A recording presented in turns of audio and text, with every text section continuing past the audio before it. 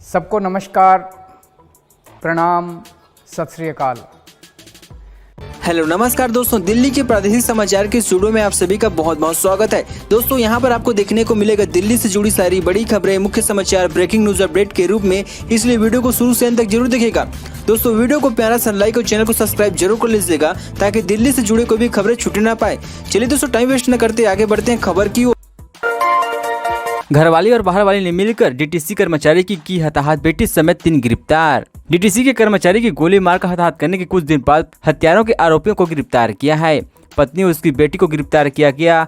आरोपी की पहचान मृतक की पहली पत्नी गीता, उसकी बेटी कोमल, व्यक्ति की दूसरी पत्नी गीता उर्फ नजमा के रूप में हुई है। पुलिस ने बताया कि दिल्ली परिवहन निगम ने 45 वर्षीय कर्मचारी की 6 जुलाई को उस समय हताहत कर दी गई जब वह अपनी दूसरी पत्नी और 9 साल के बेटे के साथ बाइक पर सवार था। पुलिस ने आगे कहा कि 3 महिलाओं ने शख्स को मारने के लिए साफ शूटर भाड़े पर लिया हुआ था।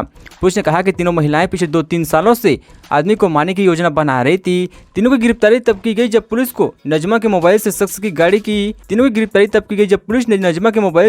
गाड़ी की डिलीट हुई नंबर प्लेट की फोटो मिली है। शख्स को मारने के लिए महिलाओं ने नजमा के चेहरे पर इकबाल का सहारा लिया। इकबाल को कॉन्ट्रैक्टर किलर को ढूंढने का काम सौंपा गया। इस पूरी घटना को जिसने अंजाम दिया उसका नाम न्यूनम बताए जा रहे हैं, जो कि एक साफ शूटर है।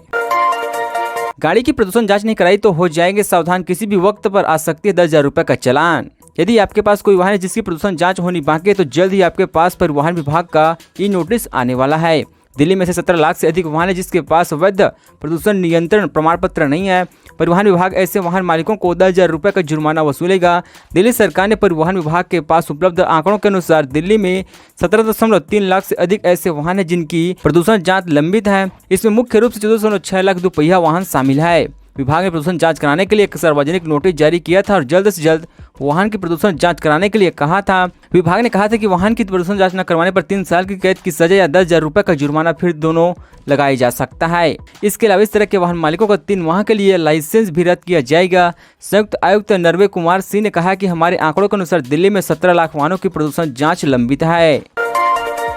इस हफ्ते होगा नया परिसीमन, इस बार एमसीडी में 272 के बजाय होंगे 250 वाट। राजधानी दिल्ली में जल्द ही नया परिसीमन होने वाले हैं, जबकि परिसीमन के लिए कमेटी गठित होने के साथ ही जल्द ही एमसीडी चुनाव की उम्मीद की जा रही है। परिसीमन कमेटी के अधिकारियों की पहली बैठक सोमवार या मंगलवार को हो सकती है, जिसमें वार्डों के परिसीमन को लेकर विस्तृत प्लान तैयार किया जाएगा। मीटिंग में परिसीमन के नियम कायदों के बारे में भी चर्चा होगी। बता दें कि परिसीमन 2011 के जनगणना के आधार पर होगा। गौरतलब है कि एमसीडी के एकीकरण होने के क्रम में चुनाव स्थगित कर दिए गए हैं।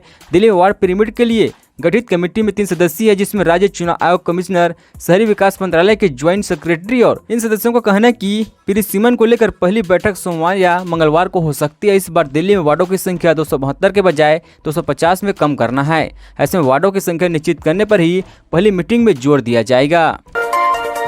दिल्ली वालों को महंगी बिजली का झटका, पीसीसीए में बढ़ोतरी के बाद अब इतना बढ़ जाएगा बिल। मध्य जून में दिल्ली वासियों के बिजली के बिल में 2 से 6% की बढ़ोतरी हो गई है। दरअसल बिजली नियामक दिल्ली विद्युत नियामक आयोग ने वितरण कंपनी को कोयले और गैस की कीमतों में वृद्धि और अल्पकालिक बिजली खरीदी पर बढ़ोतरी निर्भरता की भरपाई के लिए उपभोक्ताओं से अतिरिक्त बिजली खरीदी समायोजन लागत वसूली की अनुमति दी है। एक अधिकारी ने जानकारी दिया है। सर्च में वृद्धि इस साल 10 जून को लागू हो गई और जुलाई में उपभोक्ताओं को मिलने वाले बिलों में बढ़ोतरी भी हुई है। अतिरिक्त पीसीए इस साल 21 अगस्त तक या अगले आदेश तक प्रभावित रहेगा। डीआरसी ने 10 जून को जारी अपने आदेश में यह बात कही है। पीसीएस में हुई बढ़ोतरी के बाद उपभोक्ताओं ने बिजली बिल में 2 से 6% की वृद्धि हो सकती है। बता दें कि पीसीसी बजाज संचालक ईंधन लागत में विभिन्न के लिए डिस्काउंट को क्षतिपूर्ति करने के लिए एक अधिकार है। अधिकारियों ने कहा कि यह कुल ऊर्जा लागत और बिजली बिल के डिस्फॉल्ट चार्ज घटाकर अधिभार के रूप में लागू होता है। दिल्ली के स्कूल में लागू हुई नो डिटेंशन पॉलिसी, इन कक्षाओं के बच्चे इस साल नहीं होंगे फेल। दिल्ली के छात्राओं के लिए बड़ी खबर निकलकर सामने आ रही है। यहाँ से नर्सरी से 8 तक के बच्चों के लिए डायरेक्टरेट ऑफ एजुकेशन दिल्ली ने नो डिटेंशन पॉलिसी लागू कर दी है। ये सुविधा फिलहाल इस साल यानी साल 2022 के लिए दी जा रही है। इसके तहत नर्सरी से लेकर क्लास 8 तक के किसी भी बच्चे को फेल नहीं किया जाएगा। इसके साथ ही उनका मूल्यांकन रेगुलर एग्जाम के आधार पर नहीं बल्कि असाइनमेंट व प्रोजेक्ट के असाइनमेंट के आधार पर लिया जाएगा। इस समय डायरेक्टरेट ऑफ एजुकेशन के सर्कुलर जारी कर दिया है ताकि सभी स्कूलों को निर्देश मिल जाए और सभी इसका प्लान कर सके। ये आदेश सभी स्कूलों यानी सरकारी सहायता प्राप्त निजी स्कूलों पर लागू होगा। इन सभी स्कूलों के क्लास नर्सरी के 8 तक के बच्चों अगली कक्षा में प्रमोट किए जाएंगे। उमस भरी गर्मी से मिली हल्की राहत, दिल्ली के कई हिस्सों में हुई झमाझम बारिश। राजधानी दिल्ली में कई दिनों उमस भरी गर्मी से लोगों को हल्की राहत मिली है। आज सोमवार को दिल्ली के इलाकों में झमाझम बारिश भी हुई है। दिल्ली में IIT और इंडिया गेट के पास बारिश हुई और कई इलाकों में भी बारिश हुई है। बता दें कि दिल्ली में सोमवार की सुबह उमस भरी रही और न्यूनतम तापमान 27.1 डिग्री सेल्सियस दर्ज किया गया, जो साल के इस मौसम में सामान्य तापमान है। सुबह 8:30 बजे हवा सापेक्ष आर्द्रता 75% दर्ज किया गया। मौसम विभाग ने दिन में हल्की बारिश या बूंदाबांदी होने की संभावना जताई थी। दिल्ली में दिन के समय अधिकतम तापमान 35 डिग्री सेल्सियस के आसपास रहने की संभावना जाहिर की है। दिल्ली का वायु गुणवत्ता सूचकांक सुबह करीब 8:05 पर संतोषजनक श्रेणी में दर्ज किया गया। गौरतलब है कि 0 से 50 के बीच AQI को अच्छा, 51 से 100 के बीच को संतोषजनक, 101 से 200 के बीच को मध्यम, 201 से 300 के बीच को खराब, 301 से 400 के बीच को बहुत खराब और 401 से 500 के बीच को AQI को गंभीर माना जाता है। फोटो डिलीट करने पर बॉयफ्रेंड ने तोड़ा फोन, मां से शिकायत करने पर पिलाई टॉयलेट क्लीनर। दिल्ली के उत्तर पूर्वी जिले के शास्त्री पार्क थाने में एक युवती ने अपने बॉयफ्रेंड के खिलाफ शिकायत दर्ज कराई है। युवती ने आरोप लगाया कि उसकी बॉयफ्रेंड घर वालों ने उसे टॉयलेट क्लीनर पिलाकर मारने की कोशिश की है और पिछले 2 सालों से युवती के इलाके में रहने वाले लड़के ने उससे दोस्ती की, लेकिन किसी बात पर युवती ने अपने फोन से लड़के की सभी फोटो और वीडियो डिलीट कर दी, जिसके लड़की की छोटी बहन ने यह बात लड़के के जाकर बता दी। युवती की छोटी बहन ने लड़के से कहा कि उसकी बहन ने अपने फोन से लड़के के सारे फोटो वीडियो डिलीट कर दिए हैं। इस पर लड़के ने लड़की के घर पहुंचकर उसका फोन तोड़ दिया, जिसका लड़की ने अपनी दोनों बहन के साथ लड़के के घर शिकायत करने पहुंच गई। लड़की का आरोप है कि लड़के के परिवार ने उसके और उसकी बहन के साथ धक्का मुक्की की, फिर बुरी तरह पीटा। लड़के ने लड़की के मुंह में टॉयलेट क्लीनर की बोतल उड़ेल दी है। इसके बाद लड़की की बहन ने उसे बचा लिया। लड़के के हाथ पर हाथ मारकर बोतल को नीचे गिरा दिया और इसके पुलिस को इस पूरे मामले की सूचना दी गई। दिल्ली सरकार ने 5 बाजारों के लिए जारी किया गूगल फॉर्म में, जाने क्या मिलेगा इसका फायदा। दिल्ली के बाजारों को वर्ल्ड क्लास बनाने के लिए चरण में हाल ही में दिल्ली सरकार ने दिल्ली के 5 बड़े बाजारों को अपग्रेड करने का फैसला किया है।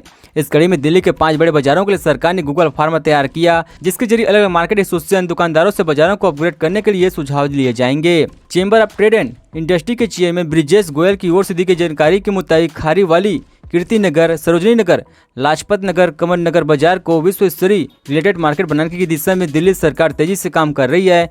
इसी कड़ी में सरकार ने हर एक बाजार के लिए गूगल फॉर्म तैयार किया है। उन्होंने बताया कि इसके जरिए मार्केट एसोसिएशन दुकानदारों से सभी महत्वपूर्ण जानकारियां जुटाई जा रही है, जिससे कि बाजारों के लिए जाने वाले बदलाव पर भी सभी की सहमति बनी और सभी को सुविधा मिल सके।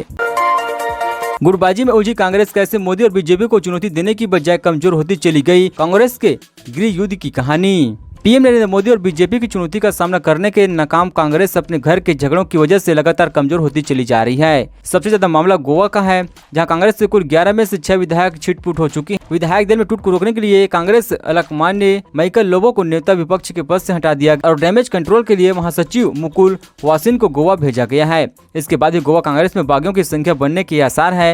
रविवार शाम प्रभारी दिनेश गुंडूराव के पूर्व मुख्यमंत्री रह चुके विधायक दिगंबर कामत और माइकल लोबो पर दबाव और प्रलोभन के कारण बीजेपी के साथ साठगांठ का आरोप लगाया गया। इससे पहले 2019 में गोवा कांग्रेस के 15 में से 10 विधायक बीजेपी में शामिल हो गए थे। शायद इसी वजह से 2022 विधानसभा चुनाव कांग्रेस ने अपने उम्मीदवारों को धर्मस्थल पर ले जाकर वफादारी की कसम तक खिला दी है। श्रीलंका में भारी उथल पुथल के बीच यह शख्स बन सकता है कार्यवाहक राष्ट्रपति, जाने कौन है। श्रीलंका के राष्ट्रपति गोटबाया राजपक्षे और पीएम रानिल विक्रमसिंघे जनता की सहानुभूति खो चुकी हैं। ऐसे में सांसद अध्यक्ष महिंदा यापा अभ्यवर्धन श्रीलंका के कार्यवाहक राष्ट्रपति बन सकते हैं। बहुसंख्यक दलों के नेताओं द्वारा लिए गए निर्णय के आधार पर श्रीलंका में मौजूदा राजनीतिक संकट को समाप्त करने के लिए संसद के अध्यक्ष राष्ट्रपति राजपक्षे और पीएम विक्रमसिंघे को अपने पदों से हटाने के लिए कहेंगे, ताकि सर्वदलीय सरकार का रास्ता बना जा सके। मीडिया रिपोर्ट के मुताबिक नेताओं ने शनिवार शाम मुलाकात पर सर्वदलीय सरकार बनने तक महिंदा यापा अभ्यवर्धन को कार्यवाहक राष्ट्रपति के रूप में नियुक्त करने का फैसला किया गया है। इसमें श्रीलंका के राष्ट्रपति गोटबाया राजपक्षे ने आधिकारिक तौर पर प्रधानमंत्री रानिल विक्रमसिंघे को यह जानकारी दी है कि वह अपनी घोषणा के मुताबिक 13 जुलाई को इस्तीफा दे देंगे। यह जानकारी प्रधानमंत्री कार्यालय ने दी है। गौरतलब है कि गोटबाया राजपक्षे के बड़े भाई महिंदा राजपक्षे ने 9 मई को प्रधानमंत्री पद से इस्तीफा दे दिया था। सीबीआई ने 2148 करोड़ की बैंक धोखाधड़ी मामले दर्ज किए 2 केस, 7 से ज्यादा जगह छापेमारी। केंद्रीय जांच ब्यूरो ने 2148 करोड़ रुपए की बैंक धोखाधड़ी के मामले 2 मुकदमे दर्ज किए हैं। इसमें पहला मुकदमा महाराष्ट्र से संबंधित है, जहां 1438 करोड़ रुपए की धोखाधड़ी हुई है, और दूसरा मामला अहमदाबाद से संबंधित है, जहां 710 करोड़ रुपए की धोखाधड़ी हुई है। सीबीआई ने दोनों मामलों में 7 से ज्यादा जगहों पर छापेमारी की, जहां से उनके लाखों रुपए की नकदी और आपत्तिजनक दस्तावेज बरामद हुए हैं। सीबीआई प्रवक्ता आरसी जोशी के मुताबिक महाराष्ट्र में हुए 1438 करोड़ रुपए की धोखाधड़ी के मामले में जिन लोगों के खिलाफ मुकदमा दर्ज किया गया है, उसमें उमेश देव इंटरनेशनल लिमिटेड, मुंबई उसके निर्देशक काउंटर श्रीमती सुमन गुप्ता और प्रतीक विजय गुप्ता के अलावा अज्ञात व्यक्ति शामिल है। दूसरे मामले अहमदाबाद की कंपनी अनिल लिमिटेड, उसके निर्देशक अमोल, रिलपाल सेठ, कमल भाई सेठ अनिल, कस्तूरबा भाई शाह, मिस इंदिरा पालिका वाला, अनुराग के आदि लोग शामिल बताए जा रहे हैं। दोस्तों खबरों का सिलसिला बस यहीं तक। दोस्तों वीडियो जानकारी आपको अच्छा लगा, वीडियो को प्यारा सा लाइक कीजिए। दोस्तों आप दिल्ली निवासी हमारे चैनल को सब्सक्राइब कीजिए, दिल्ली जुड़ी सारी बड़ी खबरें मिलते रहे। चलिए दोस्तों अगली वीडियो में मिलते हैं, तो जय हिंद जय भारत।